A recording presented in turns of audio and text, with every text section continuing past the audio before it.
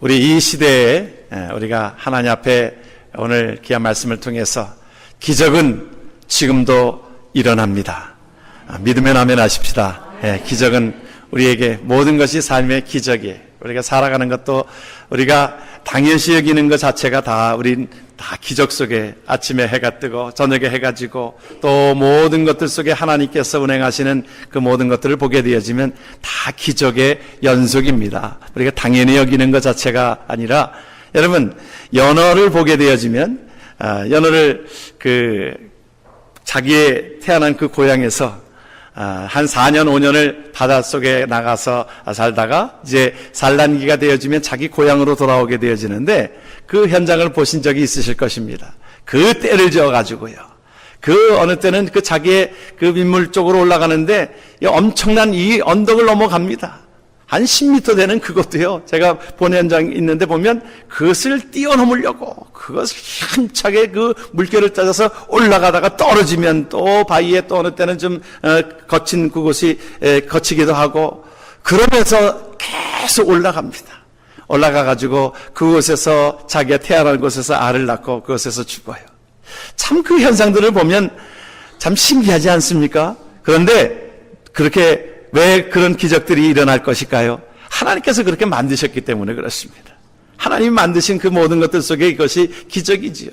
보면 우리 결혼도 무정란이 있고 수정란이 있는데 수정란을 이것을 품으면 21일 만에 이것이 병아리가 참 탄생하고 그러는 것을 보면서 참 하나님의 그 기적을 우리가 보게 되어집니다. 우리가 또한 자녀들을 볼 때에 자녀들도 그러잖아요. 자녀들을 볼 때 자녀들 참 이렇게 이쁜 자녀들 하나님께서 우리에게 주셨는데 보면 다 기적입니다. 신기해요. 사실은 부모 때는 그냥 키우느라고 정신이 없어가지고 잘 모르다가 할머니 할아버지가 되면은 그것을 보면서 야, 참 이렇게 신기하다. 어떻게 이렇게 이쁜 그 부모를 또 닮아서 이렇게 이쁜 또 이렇게 아들 딸을 낳는가. 보면 참 신기할 따름입니다. 하나님의 기적이지요. 다 모든 것에 우리가 기적으로 저와 여러분들이 살아가는 줄을 믿습니다. 다 기적입니다. 가장 큰 기적은 무엇입니까? 가장 큰 기적은 저와 여러분들이 예수 믿고요. 여러분 하나님의 백성 되게 하여서 우리가 죽어도 살겠고 살아서 믿는 자는 영원히 죽지 아니하는 영생을 우리에게 허락하신 그 기적이 놀라운 기적인 줄 믿으시기를 바랍니다. 우리의 삶 속에 날마다 이런 기적이 일어나는 거예요. 그런데 우리 육신의 문제 속에서도 오늘 우리에게 주시는 하나님의 기적을 우리에게 말씀해 주고 있는데 우리 시대 속에서도 이런 기적이 나타날 줄을 믿습니다. 오늘에 있는 말씀은 우리가 잘 알고 있는 말씀이지요. 그런데 이 말씀은 중요한 말씀이기 때문에 마태복음, 마가복음, 누가복음, 요한복음에 동일하게 이 말씀을 기록하고 있습니다. 여러분이 아시는 대로 이제 예수님과 함께 그들과 함께 그들이 예수님의 말씀을 듣기 위하여 그들에 모였습니다. 그런데 모였는데 그곳에 모인 숫자가 몇 명이라고 그랬어요? 5,000명이라고 그랬어요. 그런데 그 숫자는 남자 장정들만 20세 장정들 된 사람만 카운트한 것입니다. 그 당시만 해도 여자들의 이렇게 숫자의 카운트조차도 되질 않았어요. 예수님 이후에 우리가 이 여자들도 이렇게 카운트가 되어지고 그런 시대에 우리가 살고 있는 것입니다. 아이들도 카운트가 되지 않았어요. 그런데 그렇게 숫자적으로 말하면 보통 추측하건대 한 가정을 얘기할 때 한 2만 명 정도가 모였을 것이라 그렇게 예측을 하고 있습니다. 그런데 그곳에 먹을 것을 예수님이 주려고 하다 보니까 제자들을 시험하고자 그렇게 물었어요. 물었는데 보니까 빌립에게 먼저 물었습니다. 얼마가 들 것 같으냐? 어떻게 하면 먹을 수 있을 것 같으냐? 그러니까 빌립이 계산이 딱 회전이 되는 겁니다. 2만 명 곱하기 그래도 1불 정도는 돼야 그래도 이 사람들을 먹일 것입니다. 최소한으로 먹여도 2만 불은 듭니다. 그 말이에요. 200데나리온이라고 하는 것은 요즘으로 말하면 곱하기 100을 하면 한 2만 불 정도 듭니다. 그 말이거든요. 계산이 금세 됐어요. 그러니까 그 말은 예수님 무슨 돈이 있습니까? 예. 여러분 요즘으로 말하면 교회 무슨 돈이 있어서 그 일을 하겠어요? 그 말이에요. 그런데 안드레에게 물었습니다. 한 아이가 가지고 온 도시락을 예수님 앞에 가지고 오는 것입니다. 여러분 그것으로 인하여 어떻게 되어졌어요? 그 많은 사람들이 다 먹고 배불리 먹었다고 그랬어요. 잔뜩 먹은 것입니다. 그냥 조금만 나눠준 것이 아니라 아주 배 터지게 먹을 정도로 다 먹고서도 얼마가 남은 겁니까? 12광주리가 남게 되어지는 역사가 오늘 말씀에 우리에게 주고 있는 이 말씀이, 우리는 저와 여러분들의 삶 속에, 우리 이 시대 속에서도, 여러분의 가정 속에서도, 우리의 삶 속에서도, 우리의 교회 속에서도 일어날 줄을 믿습니다. 무엇을 보느냐 이 말이에요.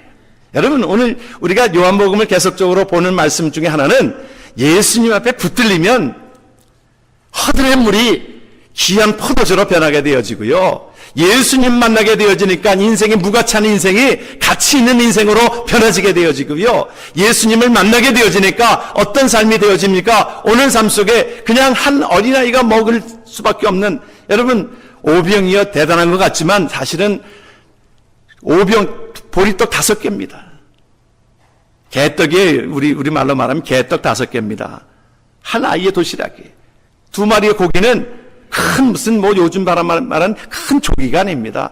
다 고기들 다 이제 큰 것들은 팔고 나머지 이 고기들은, 이 적은 고기들은 이게 버려진 것들을, 이것을 모아서 그것을 가지고 온 것입니다. 먹으려고. 한 아이의 도시락은 초라한 것이었습니다.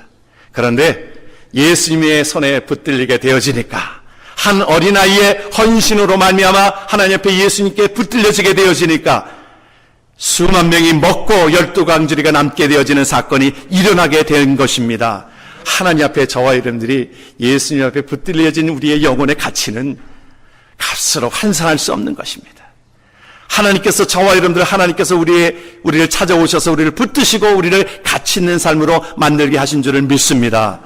어느 목사님이 그런 얘기를 쓰고 있어요.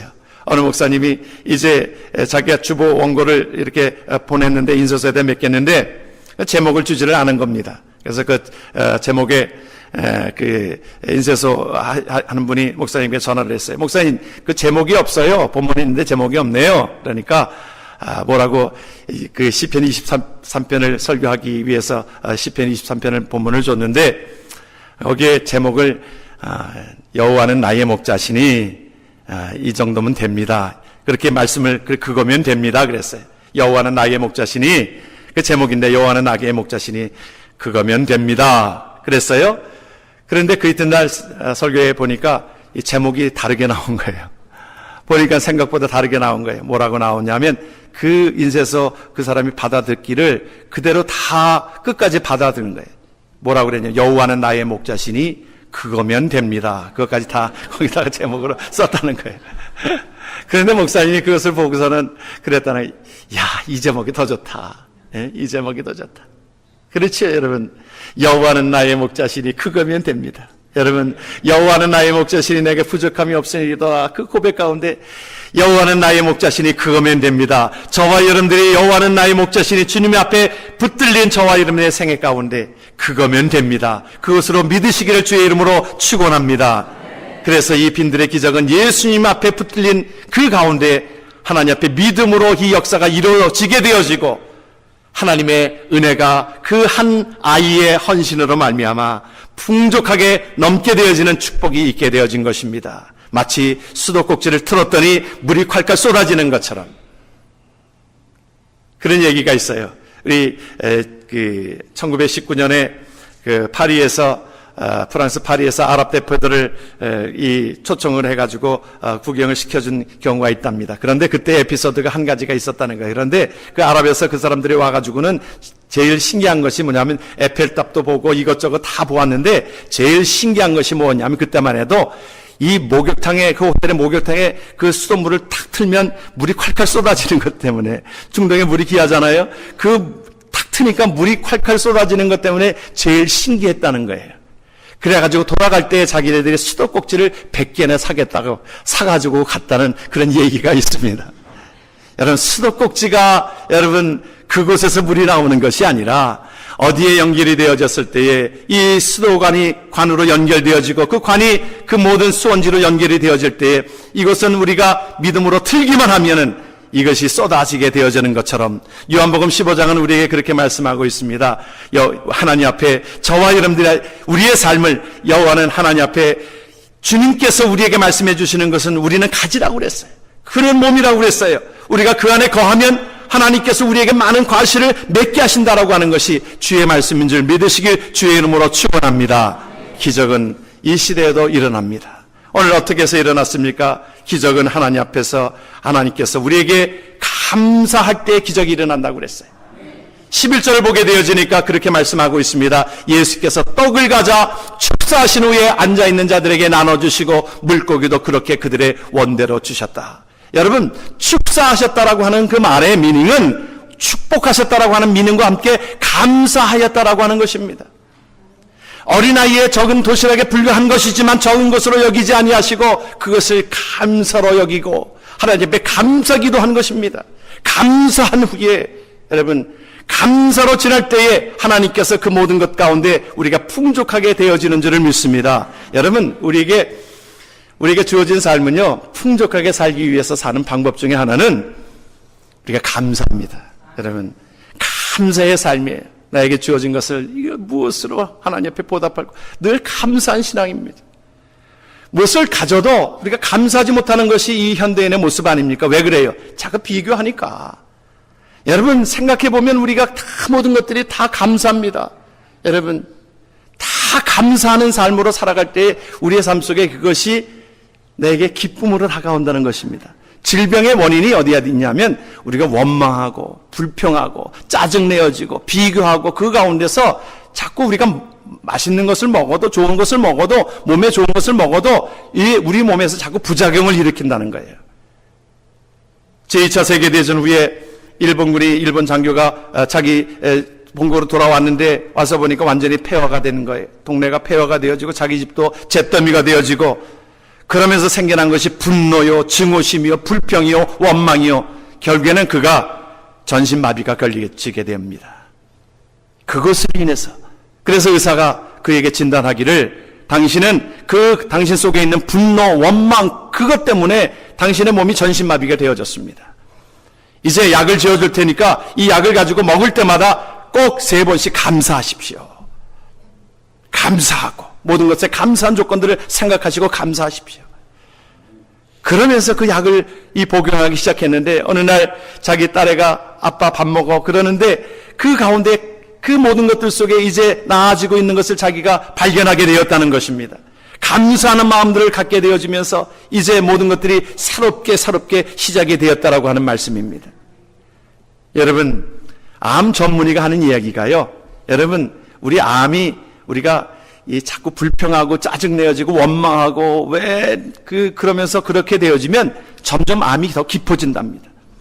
그런데 우리가 감사하고 그래서 성경이 우리에게 말씀해 주는 것이 항상 기뻐하라. 쉬지 말고 기도하라. 범사에 감사하라. 이는 하나님께서 우리를 향하신 하나님의 뜻이라 말씀하고 있는 겁니다. 그래서 의사들이 하는 얘기가 감사한 마음을 가지고 그렇게 유머를 가지고 그 암이 걸렸어도 그것에 큰 마음에 그냥 그렇게 그냥 힘들어하는 것이 아니라 그 모든 것들 같이 살아간다. 극복하게 되어지는 그 가운데서 면역력이 생긴다는 거예요. 여러분, 제 말이 아니라 의사들의 얘기입니다. 예. 제 말이라고 하면 잘 그 의학 부분에 대해서는 잘 여러분들이 이해가 잘 안 되시는데 의사들이 그런 얘기를 하는 거예요. 여러분, 음식도 그렇잖아요. 여러분, 음식도 우리가 그건 제가 경험을 하고 있죠. 음식을 참 제가 잘 먹습니다. 음식은 참 제일 고민이 뭐냐면 무슨 음식 좋아하세요? 그게 제일 고민이에요. 다 좋아하는데 음식을 특정하게 어느 음식을 특정하게 말하기가 참 난처한 거예요. 그래서 그럴 때는 제가 뷔페 식당 가지요. 그런다 합니다. 뷔페 식당 가면 얼마나 먹을 게 많습니까? 그러니까 다양하게 먹는 겁니다. 여러분, 음식을 먹을 때 여러분들 생각하십시오. 우리가 어떤 것에 감사하다라고 하는 땡큐라고 하는 것은요, 우리가 그 어원이 어디에 있냐면 think라고 하는 것에서부터 옵니다. 그 어원이 그래요. 그러니까 이것을 생각해 보면 감사해요. 여러분, 제가 여기 LA 와가지고요, 음식을 참 잘 먹습니다. 그런데 아침부터 제가 도가니탕을 먹은 것은 여기입니다. 아침에 도가니탕을 먹는데요, 10분 안쪽에 먹게 되어지니까 몇몇 분들이 가서 그냥 아침에부터 도가니탕을 먹기 시작했고요. 아침에도 불고기 값이 얼마나 이렇게 쌉니까? 여러분, 불고기도 먹어도 되고 그랬습니다.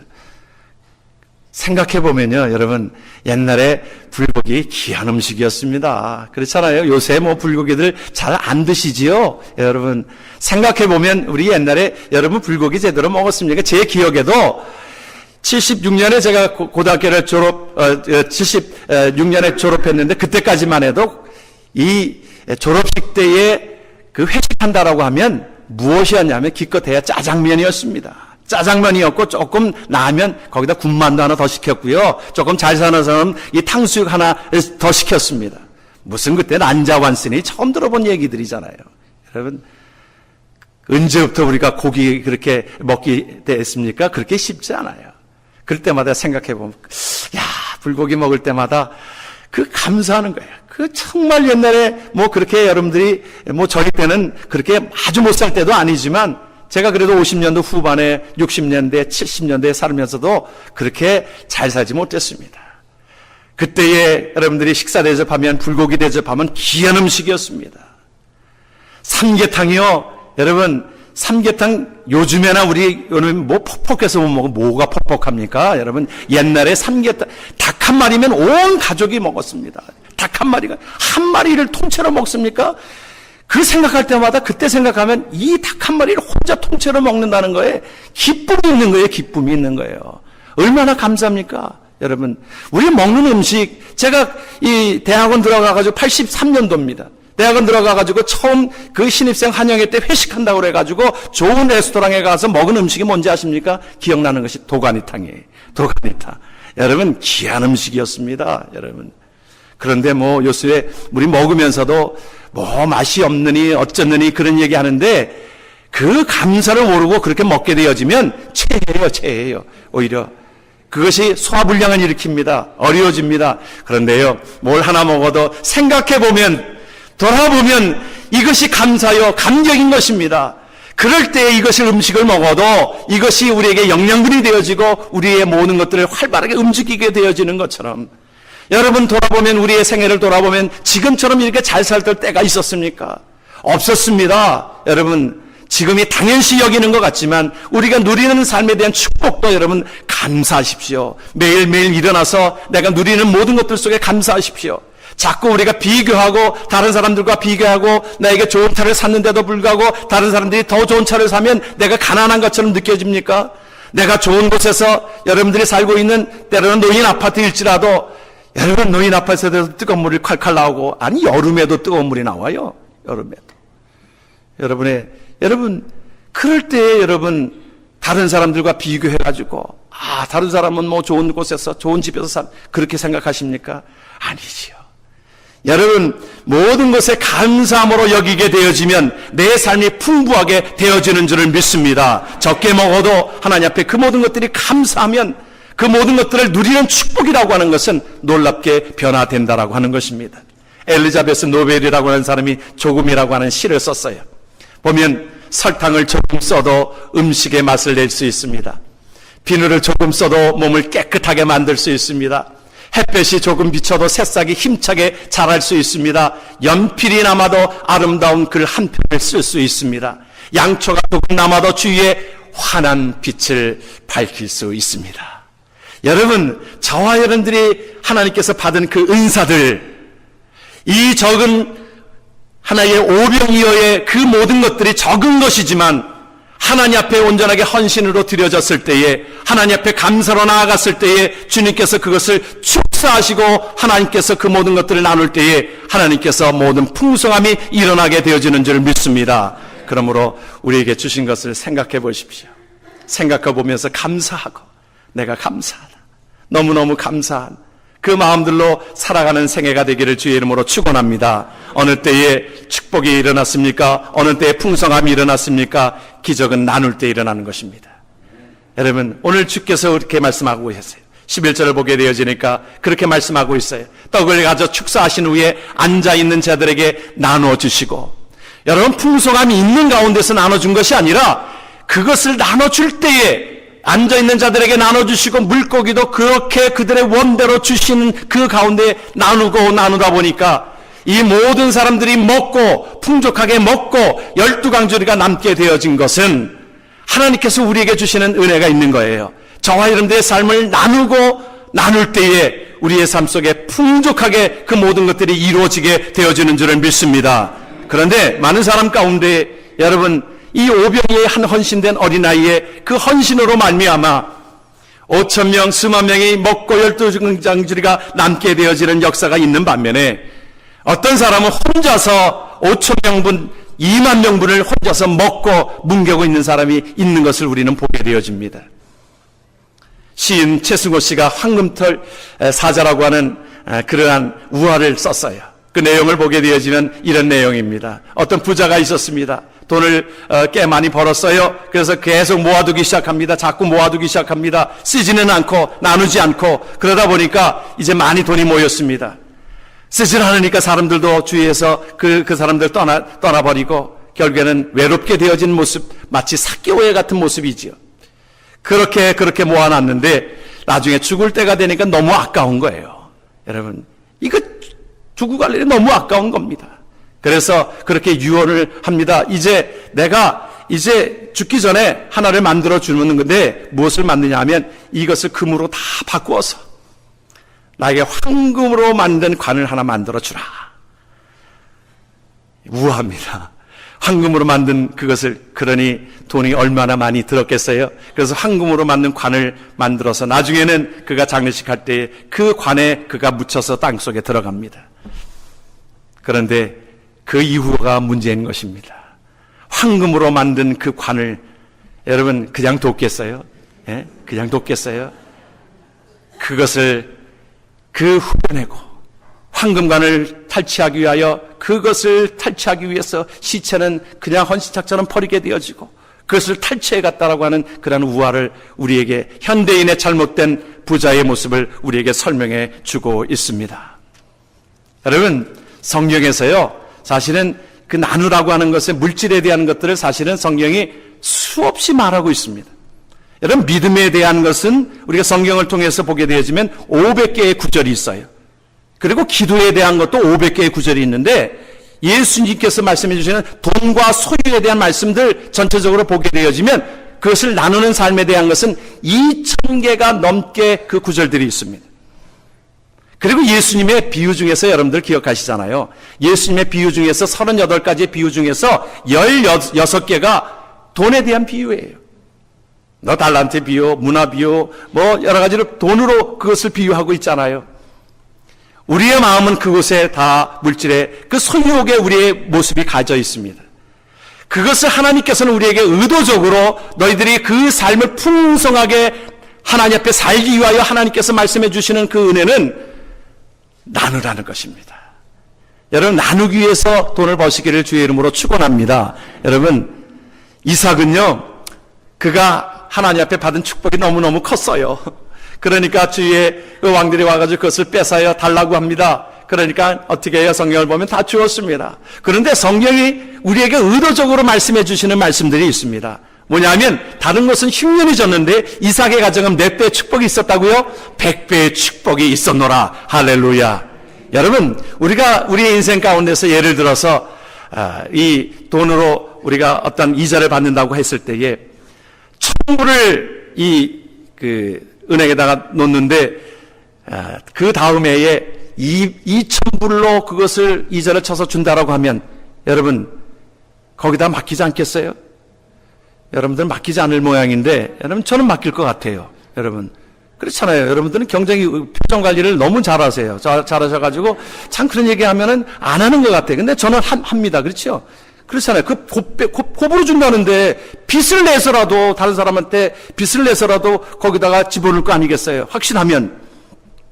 그런데 여러분 곱으로 줘도 그런 법이 없지요. 이 세상에 뭐 그런 데가 어디 있습니까, 여러분?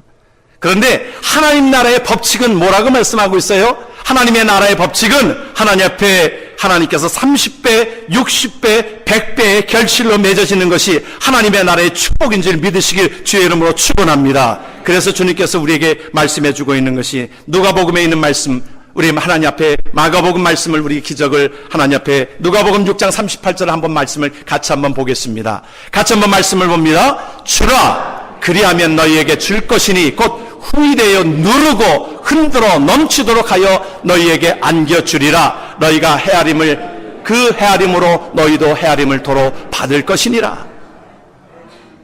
잠언서에 있는 말씀을 한 군데 우리 더 보지요. 하나님 앞에 11장 25절을 같이 한번 말씀을 봅니다. 구제를 좋아하는 자는 풍족하여질 것이요 남을 윤택하는 자는 자기도 윤택하여지리라. 아멘. 더 할까요? 그 말씀들이 성경에 무수히 많은 곳에 하나님은 우리에게 말씀해 주고 있는 것이 하나님 앞에 귀한 사랑을 나눌 때에 우리의 삶이 윤택하여진다고 말씀하고 있습니다. 우리의 삶이 풍성해진다고 말씀하고 있습니다. 저와 여러분들이 하나님 앞에 30배, 60배, 100배 결실로 다가온다고 우리에게 말씀해 주고 있는 것이 하나님께서 우리에게 주시는 축복인 줄 믿으시길 주의 이름으로 축원합니다. 그러므로 여러분 그렇게 섬기는 자 되어지기를 위하여 그렇게 작정하시기를 주의 이름으로 축원합니다.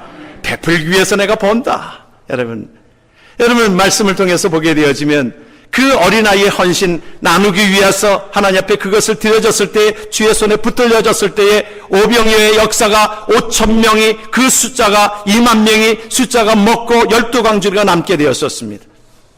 남은 것 누구에게 주었겠어요? 여러분 무명의 이 어린아이에게 그래 네가 가지고 갈 수 있는 잔뜩 네가 가지고 가라. 아마 그랬을 것입니다. 수지 맞았지요. 자기가 그 모든 것들 속에 그것이 한 자기 도시락에 불과한 것을 내어놓았는데 그 많은 사람들을 먹이고도 자기가 풍족하게 되어졌으니 이것처럼 큰 축복이 어디 있습니까? 저와 여러분들의 삶을 하나님 앞에 그렇게 감사하고 나누고 그럴 때에 저와 여러분들의 삶 속에 그런 원칙을 삼으십시오. 그런 원칙을 자녀들에게도 그것을 심어주십시오. 그럴 때에 하나님께서 우리의 삶을 풍족하게 하시고 내 삶을 통하여 수만 명을 먹이고도 12광주리가 내 삶 속에 차고 넘치는 축복이 넘치게 되어질 줄을 믿습니다. 우리의 역사 속에서 수많은 그런 사람들을 우리가 찾아볼 수 있습니다. 우리가 세계적인 부호가였던 우리 카네기라고 하는 사람을 우리가 지금도 우리가 카네기 재단을 통해서 수많은 사람들을 살리는 일들을 감당합니다마는 여러분 카네기는요 원래가 스코틀랜드 출신입니다. 그가 13살 때에 스코틀랜드에서 미국으로 이민을 온 사람들이 우리들과 같이 그렇게 이민 온 사람입니다. 그런데 그가 예수 안에서 참 새로운 자기의 삶의 원칙을 세웠습니다. 무엇이냐면 베풀기 위하여 산다.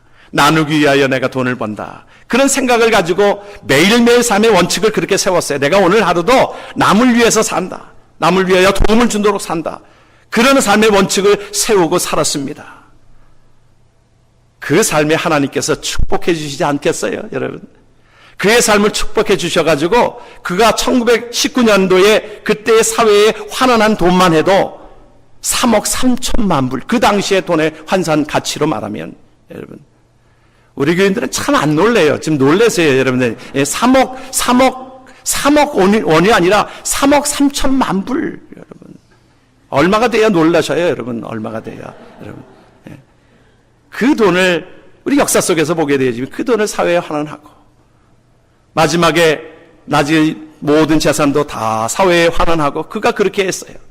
부자로 죽는 것이 이것은 죄악이라고 했어요. 부자로 그냥 죽는 것이 그것이 갈 때에 아무것도 가져갈 수 없는데 그래서 그의 이름을 따라서 카네기 재단의 그 모든 것들 속에 그 당시만 해도 그가 교회에 한 7천 교회에 파이프 오르간을 다 기증을 하고 수천 개의 도서관을 세우고 학교를 세우고 또한 예술 분야의 모든 방면에 그의 손길이 안 간 것이 없다는 것입니다. 그냥 그는 13살의 그 어린 나이로 미국에 이민 와가지고 그 엄청난 일들, 여러분 그것이 예수님 당시에만 일어난 일들이 아니라 지금 이 시대에도 우리의 헌신을 통하여 그렇게 일이 일어날 줄을 믿습니다. 그 꿈을 갖고 그 하나님의 나라를 위해서 우리가 하나님 앞에 내게 주어진 그 삶을 감사하고 우리의 삶의 원칙을 나누기를 원하는 그 원칙을 가지고 하나님 앞에 살아갈 때에 저와 여러분들의 삶 속에 우리 교회 속에 풍성함이 넘치게 될 줄을 믿습니다. 기적은 지금도 일어납니다. 건강한